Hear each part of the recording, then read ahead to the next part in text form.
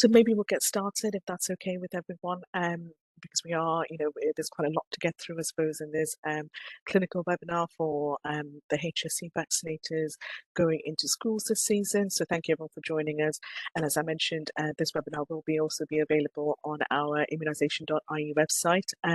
So today, we are joined by Dr. Emma Hayes and Dr. Alice Quinn, who will be supporting me through this agenda as well. We also have from COVID-19 operations, Carolyn Horn as well. So thank you very much for joining us. Before we start, Carolyn, do you want to mention a couple of words from an operational perspective? Yeah, thanks very much, Aparna, and welcome everybody. And it's great to see such a good attendance today. So as Aparna said, this is a clinical piece, but I wanted to just quickly mention the operational side. Aparna, if you wouldn't mind stopping sharing, I just want to remind everybody the operational guidance for yourselves has been approved and circulated, but I just want to show you where it is on the shared file. I'll just share that. Just to remind everybody that all the area leads have access to the share file, and there's a folder in here specifically for LAIV, and in here you can see the operational guidance, and then here's the clinical piece, the toolkit can everybody see this? Okay, I'm going on ahead as if they can, yeah? We can see that, Carolyn. Oh, good.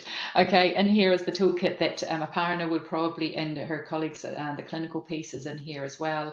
And in terms of requesting devices, the ICT devices are in here. We have the weekly report that have already started coming in, and then there's the session report form here, the template, and then is the folder for people to save their session reports in after they've done each session. So that was just a quick reminder to everybody that folder is there and to support you, and I put the link into the chat for you as well, just to remind you, and I wish you all the best. We'll be linking with most of you anyway and the leads, so thanks very much, Aparna. Just one final thing, if there are any queries, operational queries, that they can be sent into covid.and@hse.ie. So thanks very much, Aparna. Back over to you. Brilliant. Thanks very much, Carolyn. Hopefully you can see my screen again and with the agenda. Yep. Okay, so as Carolyn mentioned, this is a clinical webinar, so we'll be working through some of the information with regards to the flu activity. We'll be talking about the flu vaccines this season, the impact of flu on children, the evidence for school-based delivery of the nasal flu vaccine. Then Emma will be working through the particular in terms of what's the dose of LAIV, the administration, contraindications and storage. Alice will be taking us through the FAQs, and then I'll come back to me to talk a little bit about the practical consideration, and I'll touch on some of the resources we have available for you as well from a clinical perspective. So just to start off with, really in terms of flu activity last season, there was quite a bit of flu circulating, similar to the pre-pandemic levels, I suppose. There was about 16,000 cases of flu reported to HBSC, around 4,500 admitted into hospital, 185 people admitted into critical care, particularly older adults, and unfortunately 198 deaths as well. It's also worth mentioning that it wasn't just flu that was circulating last season, it was RSV and COVID-19 as well. And this graph just shows from our surveillance data in terms of the impact of flu on the different age groups. As you can see, the purple spike is particularly older adults who have been affected in terms of flu cases, but also younger children as well, particularly those under the age of 5, as shown in the red line. They've been impacted quite significantly by flu as well. We always look to Australia to see what's happening in Australia because they've just had their flu season, I suppose. And in terms of, it's worth noting that their highest rates of cases have been in younger children as well, so particularly in those aged 5 to 9 years, followed by the under 5s and the 10 to 14-year-olds. And it's also interesting to note that 72% of those cases that were admitted into hospital were in children under the age of 16. So we're really seeing children being impacted by flu in Australia.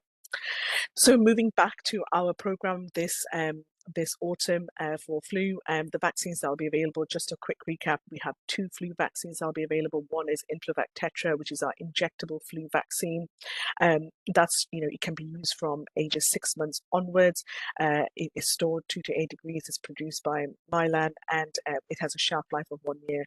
But always look at the expiry date on the vaccines, on any vaccines actually, before administering it. And then the one we'll be focusing on today, which is Fluenz Tetra, which is our quadrivalent live attenuated influenza vaccine, or LAIV. It's produced in Vero cells and cultured in hen's eggs. It comes as a nasal spray suspension, and it's licensed for use from 2 years to 17 years. It's manufactured by AstraZeneca. Again, you store it at 2 to 8 degrees Celsius, and it has a much shorter shelf life than the injectable one. So the nasal flu vaccine, Fluence Tetra, only has an 18-week shelf life from when it's manufactured. Again, it's really important that you check the expiry date on this particular vaccine before administering it, as with all other vaccines. And this is the presentation. So this is what the boxes look like for both of these vaccines. On the left, you have the injectable flu vaccine, Influvac Tetra. This is to be used in eligible populations aged 6 to 23 months and those aged 18 and over. And also it's used in children who are contraindicated LAIV. The nasal flu vaccine on the right, which comes as a nasal spray suspension. It's used in all children aged 2 to 12 this season. It's also used in children aged 13 to 17 who are at higher risk of flu-related complications. So these are the recommended groups for vaccination, and obviously you'll be focusing on the children's cohort. So just to go through that, so all children aged 2 to 12 years at the time of vaccination can get the flu vaccine this season. And obviously, if they're aged 13 and older, 13 to 17 years, they can still get the LAIV if they have underlying health conditions or they qualify for other reasons. For example, they're a resident in a nursing home, etc. Just to mention about the flu in children, why is this so important? It is it's a really important topic. That's why even the WHO recommends that children under the age of 5 receive the flu vaccine. This is because they're at greater risk of severe flu disease or complications as well. And some of the common complications in children include bronchitis, otitis media, sinusitis, and secondary bacterial pneumonia.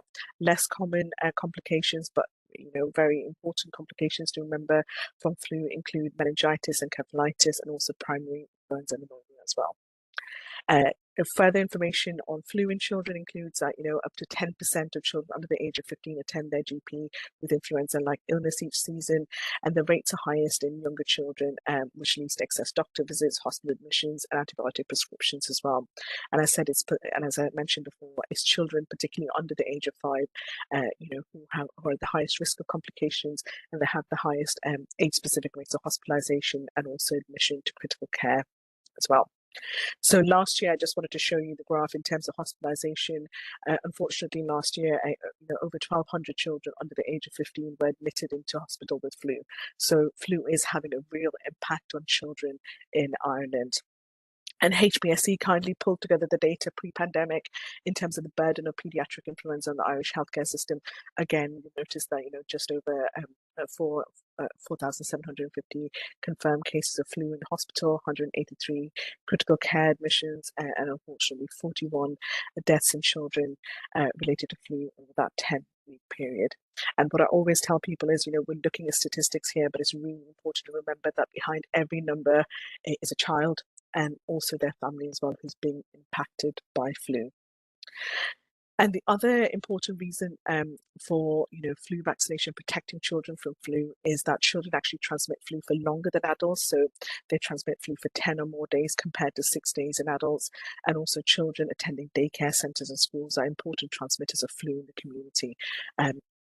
So this brings us to the rationale about why we have a flu vaccination program for children and why we're offering it to healthy children. So particularly, all children aged 2 to 12 years can get the free HSE flu vaccine this year. And the primary reason is to reduce the morbidity and mortality in children themselves, but we're also trying to reduce the number of people with flu in the broader community, the number of hospital admissions related to flu, the transmission of flu to particularly older adults and those in risk groups, transmission to healthcare workers, and also reducing absenteeism of children from school and their parents from work as well. And it's also really important, as I mentioned before, last season we had COVID-19, RSV, and flu co-circulating. So it's important that children are protected from flu to reduce that burden on health services as well this season. One of the questions we're always asked about is effectiveness of LAIV. So I thought I'll just share a couple of slides on that. So it's worth noting that, the nasal flu vaccine has been shown to be more effective in children when compared to the inactivated influenza vaccines, such as the injectable ones that we have for adults. And this is because LAIV contains live attenuated viruses. It mimics natural infections, so it provides a more durable immune memory, and it also provides better long-term protection for children than the injectable flu vaccine. And hence why we're promoting the LAIV vaccine in children aged 2 to 12. And it's also worth noting that the LAIV may also offer some protections against strains not contained in the vaccine, and as well as strains that have undergone antigenic drift as well. It's worth noting that flu effectiveness can vary by season. For example, you can see the graph on the right. This is taken from research by Public Health England in the that shows flu vaccine effectiveness in children across the different flu season. As you can see, it can vary quite a bit, but it's worth noting that, even though they may have flu, even if they have the flu vaccine, it does reduce the severity of illness. So that's really the aim of this, to prevent, complications from flu, prevent hospitalization and admissions from flu. So even if they do get flu after they've had the flu vaccine, they're much less likely to have hospital admissions and negative consequences from flu as well. But the flu vaccine is very safe and effective, and it remains our best protection in terms of preventing flu. So why are we so focused on improving uptake, I suppose, as part of our winter preparedness? So this again comes from data in the UK, where they've been giving the flu vaccine in schools, and that's seen a really increase in uptake. So they have uptake over 50% in primary age children. And what they've noticed is that having that high uptake means that there's a 94% reduction in influenza-like illness consultations in those areas where flu vaccine uptake is high. 74% reduction in A&E attendances for respiratory reasons, 93% reduction in hospital admissions due to flu in children, and also they noticed a broader protection in adults as well. For example, in adults in those areas, there was a 59% reduction in GP influenza-like illness consultations in that area. So really important that we have a high uptake of flu vaccine.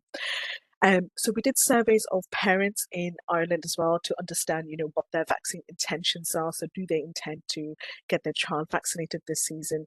So it's really interesting that, when we did an Ipsos Mori survey, a couple of years ago, and we asked this of the Irish parents. Actually, an overwhelming majority said they would be happy to get the flu vaccine. 48% said they'd be happy to get the flu vaccine. Around 23% said they're not sure about it, and only 28% said, they wouldn't be considering that season. So it's also worth noting that those 23% in purple there on the left, who don't know, they'd be amenable to information from healthcare professionals to understand more about the vaccine as well. And again, we repeated the survey with our comms core research partners, and only a third of parents said that, they weren't considering the flu vaccine for their children. And some of the reasons why they were thinking about, why they weren't, they didn't want to get the flu vaccine for their child, one of the main reasons was, lack of understanding, I suppose, from a parent's perspective. They didn't think their children were at risk of serious illness if they do get flu. And as I've shown before, from hospital admission data, particularly the last season, children do get admitted into hospital with flu. It's really important that they do get the flu vaccine. So that risk perception and awareness is really important part of this as well.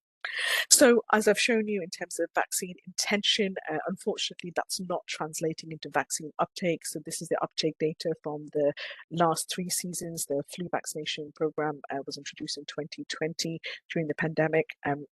And since then, we've seen, I suppose, uptake at very low levels. For example, last season, it was 15.4% across the 2 to 17 age group, which was the eligible cohort last season. The target uptake each season has been 50% as per the National Service Plan. The other thing I wanted to show you was the graph at the bottom, which shows the variability across the various counties in terms of uptake rates. So I suppose it's just saying that, there's 2 issues really here. One is, we don't have a high uptake overall, but also there's quite a bit of a variability across the counties when it comes to uptake. For example, you're seeing some counties such as Monaghan and Donegal, which have an uptake of just 6.2%. As I mentioned earlier on, there is that, risk perception with regards to the flu vaccine for parents, but other reasons for the low uptake we believe are, LAIV has a short expiry date, so that means that the vaccine is only available for, usually pre-Christmas, depending on, and a short amount, a little bit will be available after Christmas, but because of the short expiry date, it is a compressed program, I suppose. COVID-19 restrictions did play a part, I suppose, in terms of access in the seasons during the pandemic. And there was also a lack of flu cases as well in 2020, 2021 because of the COVID-19 restrictions, which I suppose gave a false sense of security and that there wasn't flu circulating. And there was also competing priorities in some of the seasons as well when we had the COVID-19 vaccine introduced for the younger children as well. So I suppose there was a lot going on in that space. And we think those are some of the reasons for the low uptake. But we think the main reason for the low uptake really is that ease of access. So it is, access always tends to be one of the key criteria why people don't get the vaccine. So if it's not easily available, they tend to not to kind of come forward for the vaccine to get it done. So we did an options appraisal to look at, how we can improve access, and really that school-based delivery model came up top. And this was based on data from the pilots that we undertook in 2021, and I'll talk a little bit about that in a while. And I think it's also worth noting that we do have a really strong communications campaign every flu season to support the campaign. And again, it'll be no different this season. We'll be going out with a strong and impactful campaign. And the graph on the right just shows the impact of our campaign. In terms of our target audience. So they found it really clear, really impactful, and really informative as well. So again, we'll be supporting the program this year with a strong communications message on the importance of the children's flu vaccine. As I promised, in terms of the data from the pilots that we did, so it was a small scale pilot. We just went to 3 schools, vaccinating around 600 children within the pilot. And what we noticed was an increase in uptake from 12.4% because we went in late November, so they had plenty of time to get the vaccine in primary care. So the uptake increased from 12.4% to 76% nearly. And we just noticed that when we looked at the consent forms, etc., very small number had contraindications, and only a few of them had underlying health conditions, and less than 1% required a second dose of LAIV. Unsurprisingly, there were some parents who refused consent for the vaccine. We noticed that our refusal rate was 17.5%. So roughly around 1 in 5 parents, I suppose, are decided not to get their children vaccinated through that. In terms of vaccine wastage, we saw that most of the vaccines were used, around 66% were used, and around 28% of vaccines that were ordered that weren't used. The teams actually worked with their local GPs and pharmacies to offload the vaccines to them so that the vaccines weren't wasted, I suppose. But again, that's a local decision and local arrangements.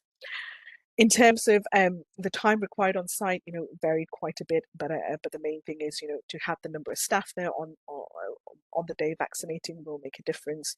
And it also, it's a very, even we'll go through how you administer the vaccine. It's a very fairly simple vaccine to administer on the day itself. So it took them around 2 to 5 minutes per child, if that. But I suppose it does increase to 10 minutes when you think about all the paperwork that you need to complete on the COVAX system, etc., to do that. We also surveyed some of the parents from the 3 schools, and what we noticed was that overwhelmingly they were very happy with the service. They liked the fact that teams came on board. This is also reflective of the surveys that they did in the UK with the schools, which showed that parents were overwhelmingly in favour of school-based programs of giving the flu vaccine in schools because it's convenient. Children see their peers having it and it motivates them. They didn't feel that children, the 4 to 6 were too young for school-based vaccinations as well. We also surveyed one of the schools in terms of administrators. Around 5 of them completed the survey. Again, very small numbers, but they were very happy with the service in terms of enabling our teams to go in as well. So this season, I suppose we're very lucky and we're very grateful for all of you for planning and rolling this out at pace, I suppose, for this flu season and going into schools. And that is our main approach that we are supporting in terms of improving access to the flu vaccine for children. And just mindful that, in a similar phased approach that they took in the UK, we're mimicking that that methodology here as well. So we're starting off with 1 year group, which is a senior infants in the mainstream schools, but in primary age special schools, we're offering it to all children because they will be the high risk cohorts. And the program will be undertaken between October and December. Not to go into too much operational details, but there won't be any mop-up clinics, etc. You'll be expected to do 1 visit per school. And if a child can't be vaccinated on the day or needs a second dose or they need a injectable flu vaccine, the parents need to be informed to take them to primary care. We're also working with GPs and pharmacies to go into local primary schools or other childcare settings like creches. We have informed them that they can offer it to junior infants and to classes 1 to 6. But obviously, you guys will be going into senior infants to avoid that particular cohort. But again, this is a private arrangement because obviously GPs and pharmacists have been going into some schools in the last 2 seasons. So this is a private arrangement between primary care and the schools. So they'll be linking with schools on their own. We also have a pharmacy finder service as well, because obviously all of the other children in the other cohorts will need to be vaccinated as well. So pharmacy is an important avenue for that, as are our GP colleagues. And the pharmacy finder service really is a way for parents to find a local pharmacy in their area offering the nasal flu vaccine. So I'll just hand you over to Ema to talk through the next section. Thanks, Ema. So can you hear me, Aparna? Yes, we can. Perfect. So I'm going to talk about LAIV, the dose, administration, contraindications, and storage of the vaccine.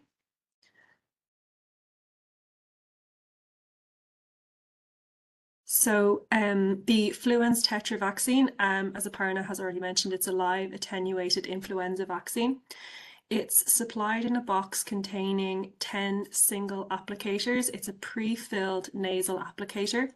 Each applicator contains 0.2 milliliters of a nasal suspension.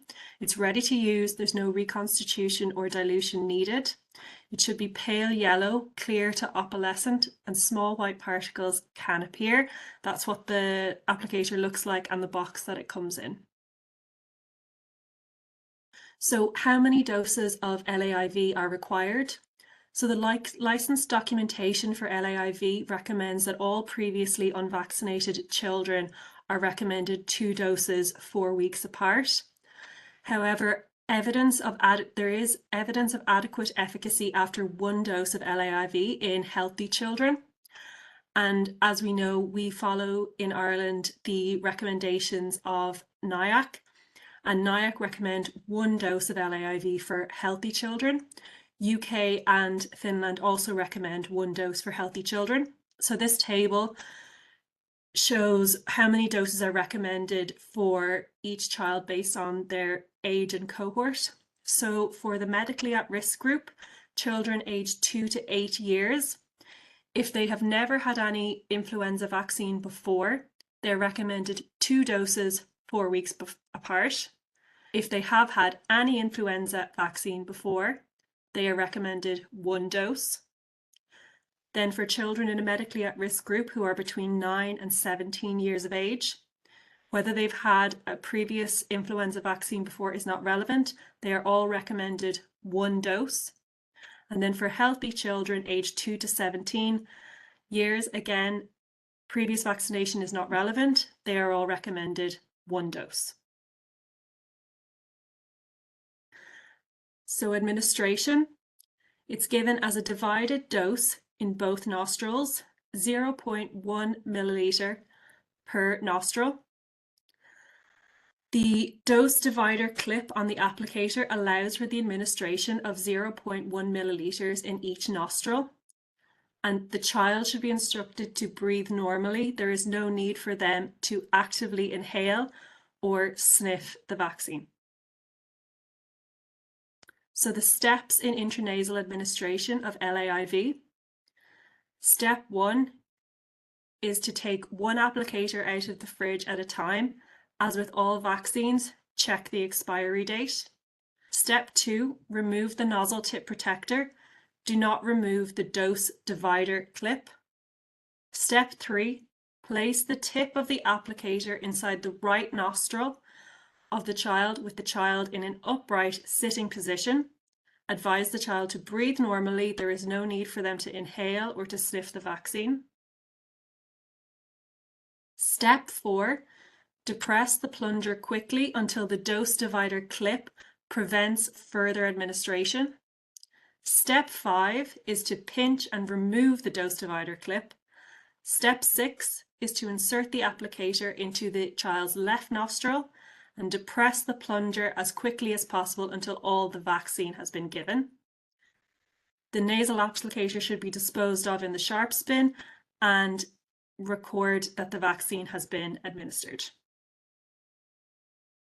So this is a video of administration. Okay, so going to move on to contraindications to LAIV. So the first contraindication is anaphylaxis following a previous dose of influenza vaccine or any of its constituents, except ovalbumin, which I will discuss under precautions. The second is those with severe neutropenia to avoid an acute vaccine-related febrile episode. This does not apply to those who have primary autoimmune neutropenia who can get the flu vaccine unless they have other contraindications. The next contraindication is those who are on combination checkpoint inhibitors, for example, ipilimumab plus nivolumab, because of a potential association with immune-related adverse reactions.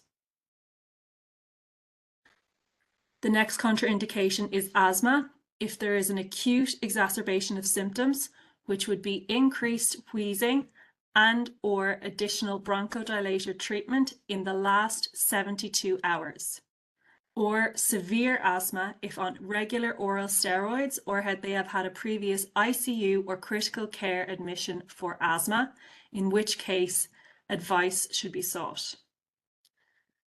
The next contraindication is significant immunosuppression due to disease or treatment.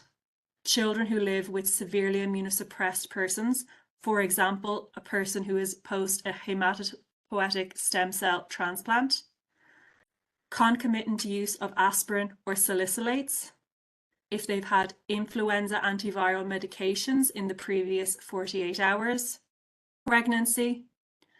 Those who are post-cochlear implant until the risk of a CSF leak has resolved. The relevant specialist should be consulted regarding this. And those with a cranial CSF leak. If LAIV is contraindicated, QIV should be given, provided QIV is not contraindicated.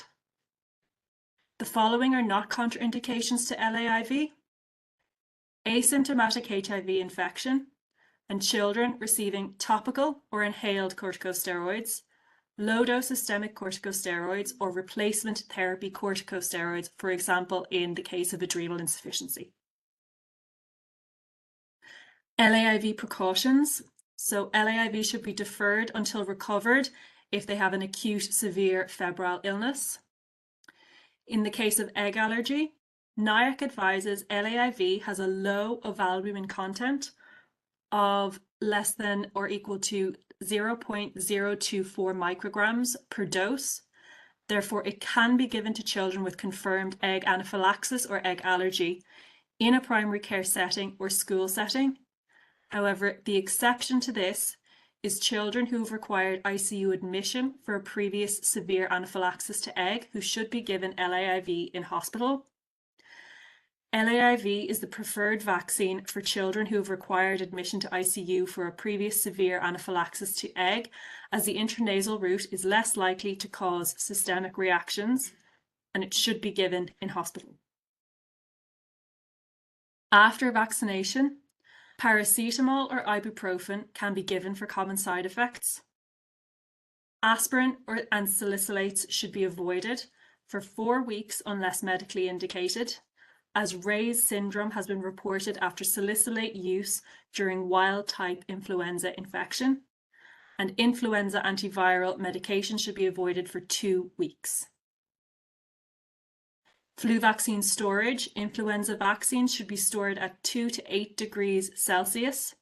Keep the pre-filled syringes in the outer carton in order to protect from light. They are sensitive to heat and to cold. Heat speeds up the decline in potency of most vaccines, reducing their shelf life. Do not freeze. If a vaccine has been frozen, it should not be used.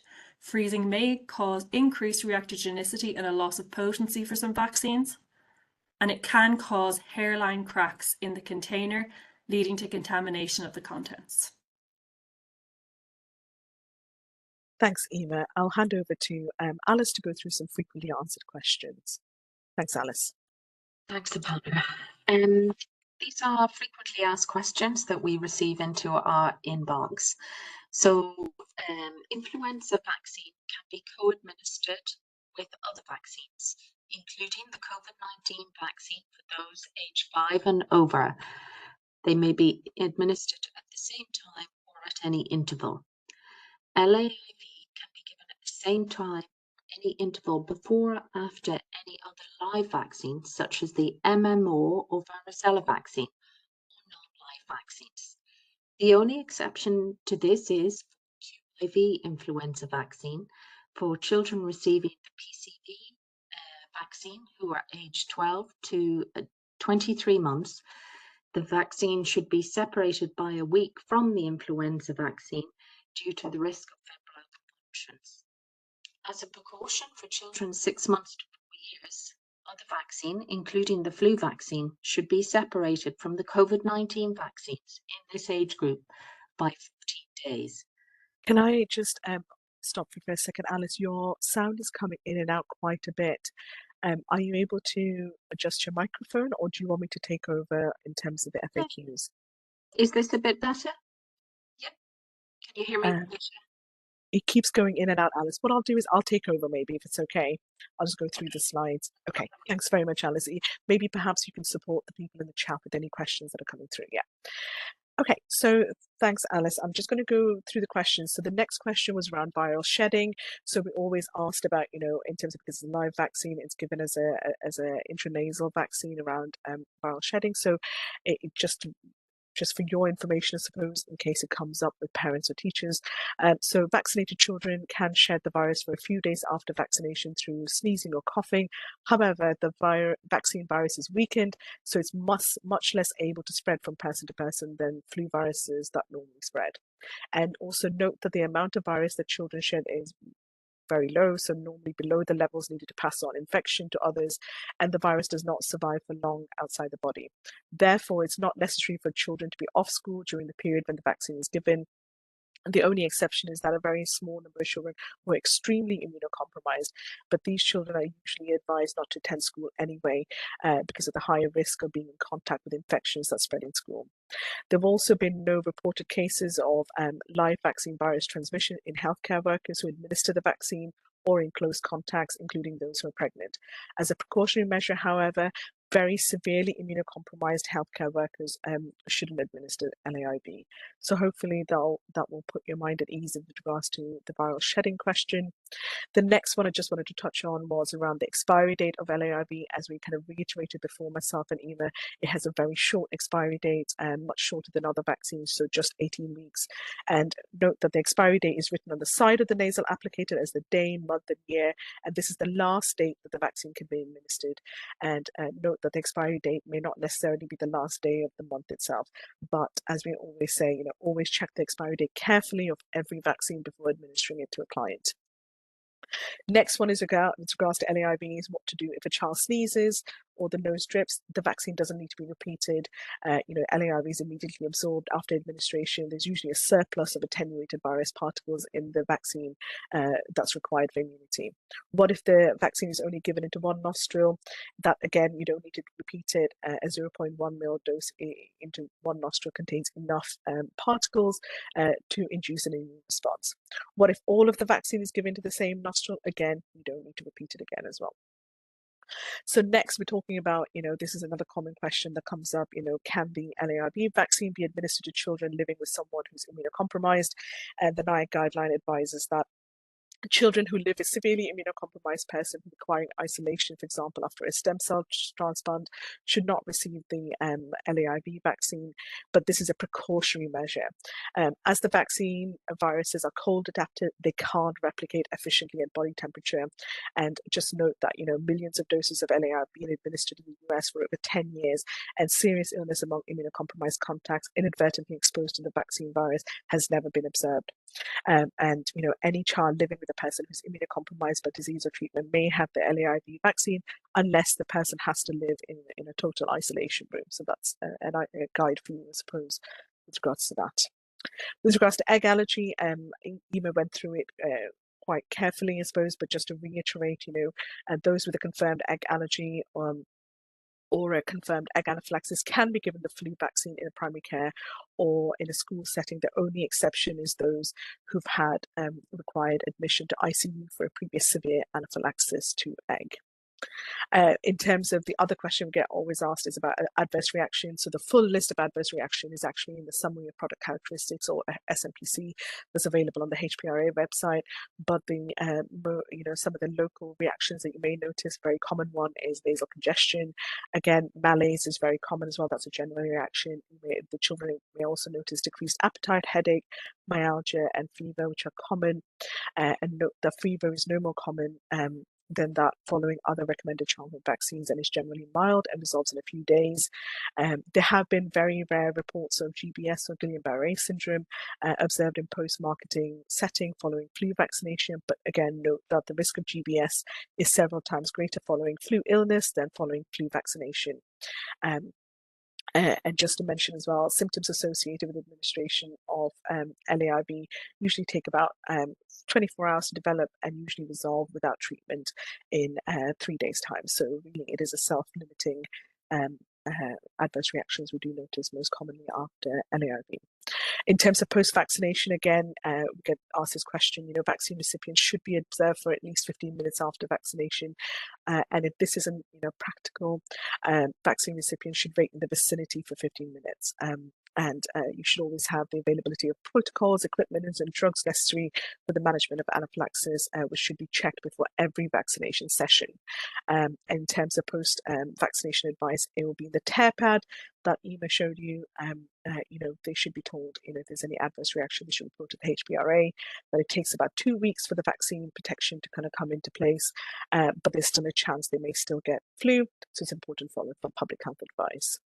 In terms of consent, just really quickly to touch on this, if a person's age 16 to 17, as with any vaccinations, they can give consent to receive the vaccine. Most of the people you'll be dealing with are young children. So for children aged 5 to 15, the parent or legal guardian must attend and consent for the vaccine. And the child usually provides assent, meaning that, they say they're happy to receive the vaccine, but the consent itself must be provided by the parent or legal guardian. For children under the age of 5, the parent and legal guardian again must attend and provide consent to the vaccination. Obviously, your consent, your parent won't be attending. They'll be providing the consent through the consent form through the school. So that's just a quick variation. So we should change that. And in terms of the second dose, so all children aged 2 to 17 just require 1 dose. So this includes the healthy children and the children at risk. The only children who require a second dose is those in the clinically risk group aged 2 to 8 years old, but are receiving the flu vaccine for the first time this season. So that's the very specific criteria that they require a second dose. As I mentioned before, due to the time frame of this program in schools, only 1 dose of LAIV will be administered for all children. If they require a second dose in that specific category, you need to write a letter to the parents advising them of this, and that they need to attend primary care for their second dose. So I'll just go through the practical considerations. While I was presenting, I noticed a couple of questions coming up on flu vaccine ordering and storage, etc. So hopefully these next couple of slides will answer those for you. So you should have received this information previously as well. So you'll all be very familiar that your teams will be ordering vaccines through the National Cold Chain Service through our online ordering portal at ordervaccines.ie. So the Fluence Tetra, which is the LAIV vaccine, can be ordered as required on a fortnightly basis, the vaccine will be delivered. The deliveries will be starting on the 25th of September for most, for universally across Ireland. And just note that the first lot of vaccines that are going to be delivered to you, their expiry date is on the 29th of December. But as always, check the vaccine expiry date on the vaccine you're giving before you administer it to the client. For you guys who are the HSE mobile vaccination teams going into school, National Cold Chain Service has placed your first order for you. You'll be receiving confirmation emails with that information and also when they'll be delivered to you. So you don't need to place your first order for LAIV. This is to make sure that you get all of your vaccines before the 29th, because other sites are getting it slightly later. But any future orders, following this first order, need to be placed by yourselves online within the order cutoff timelines as well. So please follow your NCCS calendar, because emergency orders can't be facilitated during this very busy period. And notice that the post-vaccination care pad leaflet. So this is the post-vaccination information where you write down, the batch numbers, etc., for the child, and with a bit of information about what to do after vaccination. That should be completed, and that care pad is actually delivered to you with your vaccine delivery. So it comes with your vaccines as well. As always, gentle reminder, please only order the amount of vaccine that you require. We don't want to waste the vaccines, and we want to make sure that you order what you require. That's why you get fortnightly delivery, so you can order more during the season. That's no problem at all. So in terms of the cold chain, Eamon slightly touched on this, which is around the precautions for storage. So I'll go through in a bit more detail. So this is what the summary of product characteristics, or the SMPC, says, which is, these vaccines, the LAIV vaccine needs to be stored in a refrigerator. Do not freeze the vaccine. Keep the nasal applicator in the outer carton to protect it from light. And before use, the vaccine may be taken out of the fridge once for a maximum period of 12 hours at a temperature not above 25 degrees. And stability data indicates that the vaccine components are stable for 12 hours when stored at this. But at the end of this period, the fluence tetra must be used immediately, or it says discarded. But we always say when it's been exposed and you haven't used it, do contact the National Immunisation Office. And there's a list of our pharmacist numbers there. And we also have a pharmacy inbox as well, which is the pharmacy nio@hse.ie. And the NIO will carry out a risk assessment and advise on a case-by-case basis when there has been a temperature excursion. And what they do say is don't dispose or use the vaccines, but keep them at quarantine them and keep them at 2 to 8 degrees, and then talk to our pharmacy team in the NIO, and we'll tell you what to do after that. So really, when you are on site giving the nasal flu vaccine, you should be taking the vaccine out as you require it, and once you're about to administer it to the child.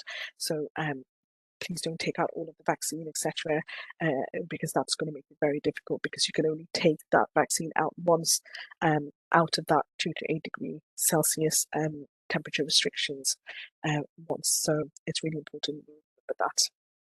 So the other thing that I promised Carolyn that I'll go through is the consent form itself, because there's been a couple of questions coming through, the consent form. So the first part of the consent form is all of the kind of patient details, and it talks to the legal guardian providing the consent and signing off on the consent, etc. What I wanted to go through was more the screening questions, which are the clinical aspects, I suppose, in terms of what that means for you. So these are the first 3 questions. So the first one is, has your child already had a flu vaccine in this season? So the flu vaccines will be available from September onwards in the private market, but also in the HSE side of the house as well, or if they have an appointment with the GP and pharmacist. If yes, you obviously do not vaccinate them because they would already had the vaccine this season. The second one is, has your child ever had a serious allergic reaction to any other medication or vaccines? If yes, they should be providing you with the details. So if they answer yes, and you notice that they've had an anaphylaxis or to a previous dose of the influenza vaccine or to any of its constituents, they obviously shouldn't be vaccinated as per the contraindications we went through previously. The next one is, has your child ever needed ICU admission following an allergic reaction to eggs? If yes, you shouldn't be vaccinating them in the school-based setting. Next question is around, has your child ever been diagnosed with asthma? That's a I suppose, a starter, a screening question. If yes, they should be answering the next, they'll be answering the next question, which is question number 5. So look at that for more details. So then we go through a number of contraindications that Ema went through. For example, if they have asthma, are they taking regular steroids, or if they've ever been admitted to ICU for asthma, if they take aspirin or salicylates, if they have a severely weak immune system, if they live with someone, who has a severe weak immune system, for example, they've got bone marrow transplant, or if they're taking combination checkpoint inhibitors, or if they have a condition causing CSF leaks, or they had a recent cochlear transplant. If you notice they've ticked yes to any of these, they shouldn't be vaccinated. The next one is, did they receive a flu vaccine last year, or have they ever received a flu vaccine before?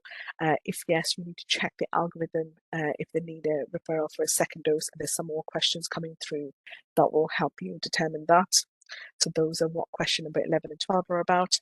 And then question number 13, again, is another contraindication. So if your child has ever had neutropenia, if they tick yes to this, they shouldn't be vaccinated, because those with severe neutropenia, it's a contraindication to receive LAIV or any other flu vaccine for that matter.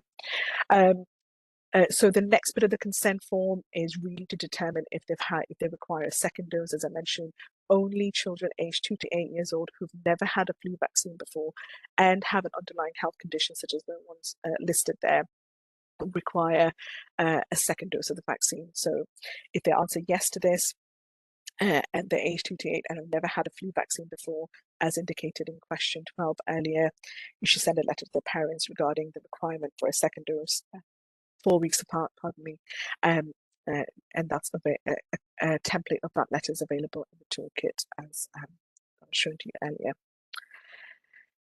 The last bit of the consent form I just wanted to go through was, we do ask a couple of other questions, because there are certain things, the parents may send the consent back form earlier on, and certain things may have changed between that period and when you go around to actually going to the school to vaccinate the child. So we do let the parent know in the consent form, if your child has had an antiviral medication in the past 48 hours, or if they've had an acute exacerbation of asthma in the previous 72 hours, or if they had a dose of the flu vaccine from their GP or pharmacist, or if they're feeling suddenly unwell, they should be letting you know by phone that if these circumstances have happened as well. So if yes, obviously they shouldn't be vaccinated, and that's why it's really important that your contact details on the website that Carolyn mentioned are up to date, so that the parents can contact you to let you know that there's been a change in circumstances, I suppose. So that's the main things on the consent form. Just wanted to touch on the campaign itself. So we'll be launching the flu campaign in early October. So on the 2nd of October, we'll be launching the broader flu vaccination campaign. On the second week of October, we'll be doing a targeted LAIV public-facing campaign. So really, we'll be pushing out the children's flu campaign as part of the winter vaccination program. We'll be talking about flu, COVID, and PPV23 as well. And as I said, children aged 2 to 12 are a key part of that, and the campaign objectives are to increase uptake rates, to make sure that everyone who's eligible gets the free flu vaccine and also receives the correct information from trusted sources such as the HSE as well. And the resources that we have, the public-facing material is all, the information is all on hse.ie/flu. So really simple, a handle there for the public, where you can find the leaflets and posters and videos and and more things there. So hse.ie/flu.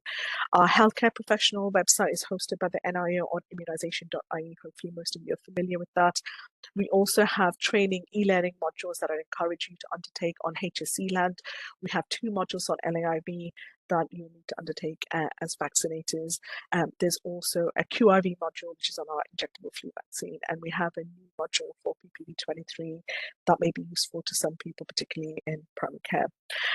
Again, we're always very open to receiving any questions from yourself at immunisation@hse.ie. This is only for healthcare professionals. We also have a chat. We also, Alice and Ema and other clinicians answer those on a regular basis. The NIAC guidelines are on Chapter 11 on flu. They're available on the RCPI website. And as I mentioned before, the summary and product characteristics for each of the vaccines is available on the HPRA website. On immunisation.ie, I just wanted to kind of show you a couple of screenshots of what it looks like. So if you go to immunisation.ie and press the healthcare worker resources and select the flu vaccine, you'll see, I suppose, under the banner of LAIV resources for HSC mobile vaccination team, all of the toolkits. You can find that there again, which is our clinical guidance, I suppose, for you, our session report forms, and the algorithm that I'll go through in a second, which is really helpful for vaccinators, and also posters and patient information leaflets, and the letter that's gone out to schools for the parents. And you also find copies of the consent form in English and Irish as well. And the post-vaccination advice tear pad leaflets they'll be delivered with you for you through with the vaccine. But if you want a copy of what it looks like, it's available there as well.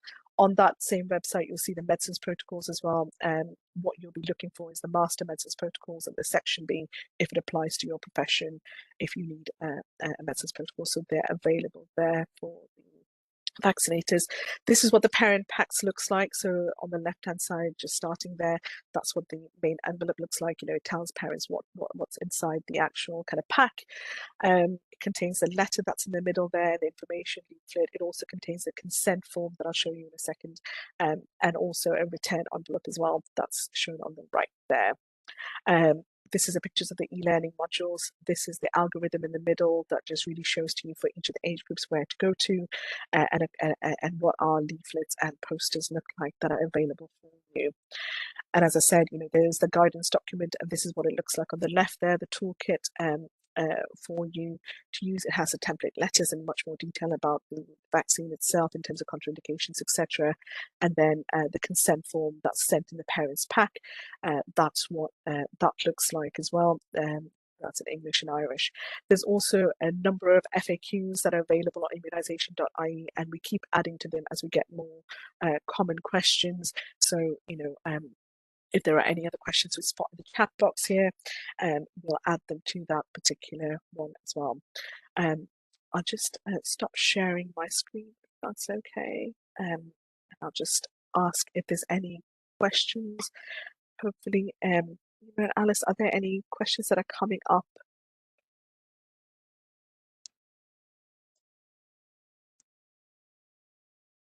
One about the blocked nose there, Apana.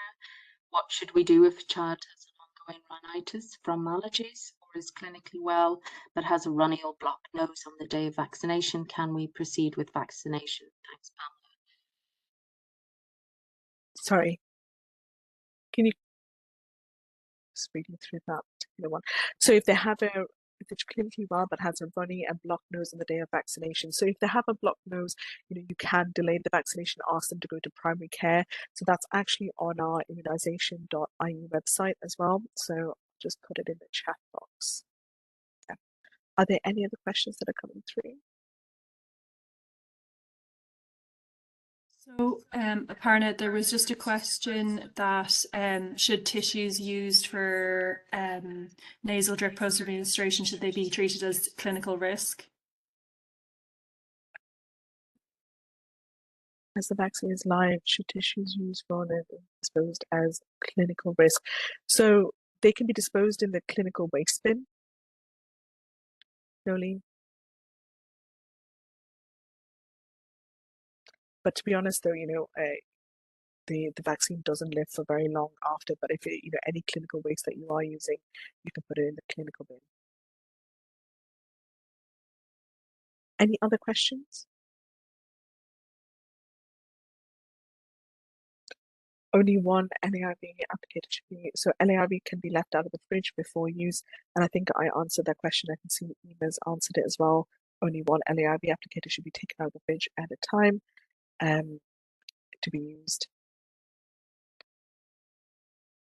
And Andrew was asking, can I ask why senior infants were chosen to be vaccinated by the HSC and not junior infants, and why only one age cohort rather than all?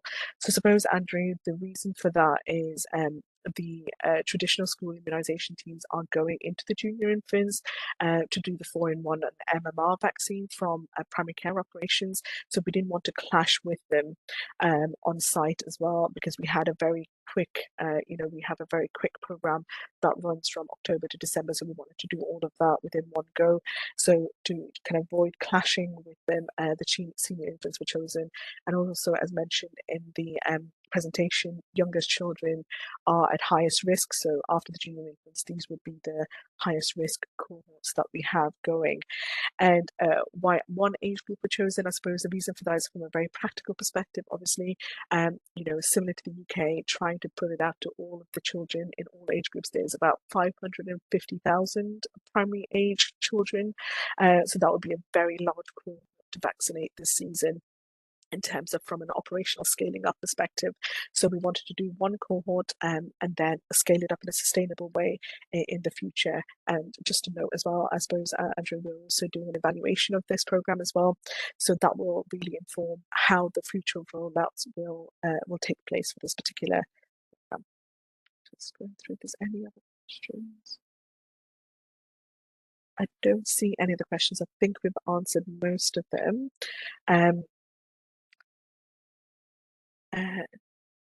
And I think Andrew was asking, should we offer to junior infants? So we're not offering it to junior infants as part of this program. There's no issue with having the LAIV vaccine with other vaccines, as Alice was telling you in that one question. But for this particular program, we're just focusing on the senior infants in the mainstream schools, and also for children in primary age special schools, or children in that setting can get it, but within the mainstream schools, we're just focusing on the senior infants. Okay, brilliant. And I think that's all the questions that are there at the moment. So thank you all for joining us. I'm not sure, Carolyn, if you had anything else to add from your operational perspective or things you noticed. No, you've covered everything well, and you responded to the question as to why senior infants only. So thanks very much. There was nothing further operationally. Thank you. Right. Thanks, Carolyn. And thanks very much, Alice and Ema, and for me for all your support as well in your presentations. Thanks very much, everyone.